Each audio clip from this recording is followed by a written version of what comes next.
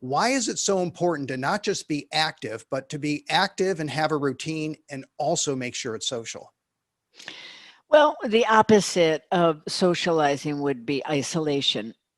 And we know that isolation is generally not good for us as human beings. We are social animals.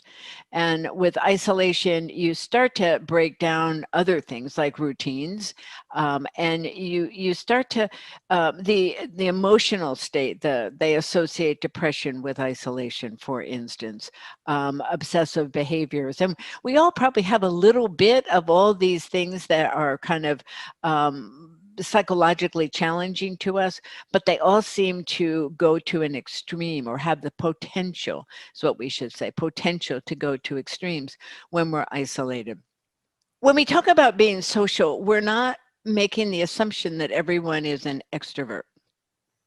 Some of us like our own time.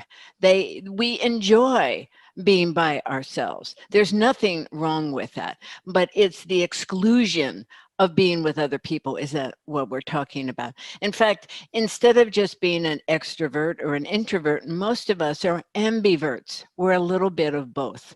So when you're in retirement, you have a little more time to reflect and see what gives you that sense of connection. If you're overly social, you're going to get tired. You're going to probably feel a little bit cranky. You're not going to look forward to being with other people. So you're trying to find some kind of a balance. It's okay to have days by yourself or time by yourself, but it's important that you have some social interaction with people that are like you, people that are not like you, and people that maybe you haven't seen in a long time. Since the pandemic, these family Zoom meetings have happened, and cousins and distant relatives have been finding each other, or old classmates have been finding each other. So there are so many ways now to be social in your own home, and that's a little more challenging than what we usually think of with social, but it's turning out to be very satisfying for people all over the world.